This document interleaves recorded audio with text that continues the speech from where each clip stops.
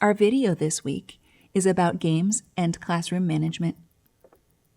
Some teachers hesitate to use games in the classroom because they are concerned about students misbehaving during game time. It's true that games will only be effective if students are on task and playing them in a useful way. So, how can you manage your classroom when games are assigned? Well, the first thing to consider is classroom management in general. If your class isn't running well for other activities, it's not suddenly going to run well while playing games. Let's talk about a few general tips for classroom management. Students of any age are more likely to remain on task when they know what to do, they feel they can do it, and the teacher is on their team. Let's expand on each of these factors. One of the most common reasons that students misbehave is because they don't know what they are supposed to be doing. They feel that the assignment doesn't make sense, so they choose to do something else. Or they don't know what the teacher expects of them, so they try to take charge themselves. Similarly, if there's a long pause in classroom activities, students are likely to lose focus. Ideally, teachers should keep a steady momentum in the classroom.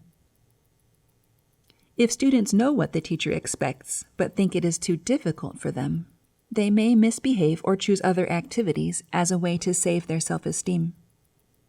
On the other hand, if students feel the activity is much too easy and boring, they may make similar choices.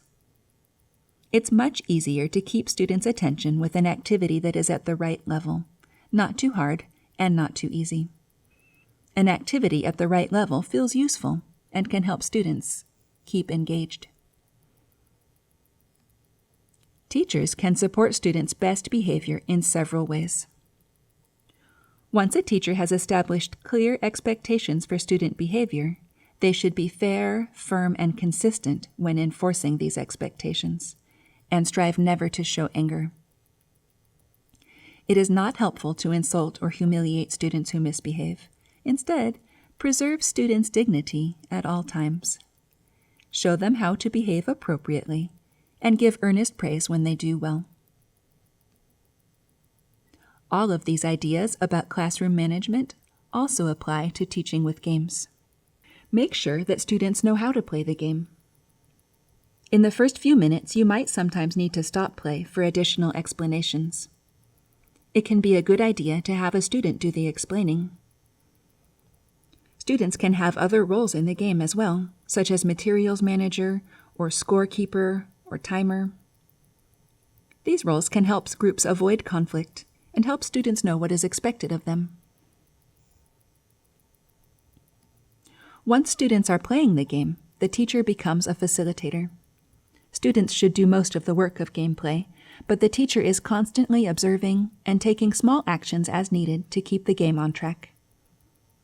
Sometimes during gameplay, it may become clear that some aspects of the game are too difficult or easy. It's okay to make changes as the game progresses. The teacher can also cheer on or encourage students during gameplay. Since games are a learning tool, it is helpful to have a class conversation about the game after playing it. Here, students can share what they liked or didn't like about the game, and tell what aspects of the game were easy or difficult for them.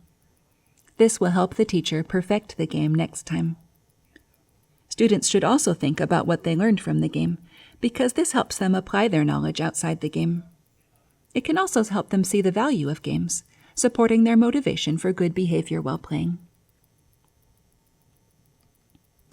Some games are high-energy activities, but the class should still stay focused while playing them. Don't make game time an exception to your usual classroom management for good behavior. Instead, use it as an opportunity to further clarify your expectations and build positive relationships with your students.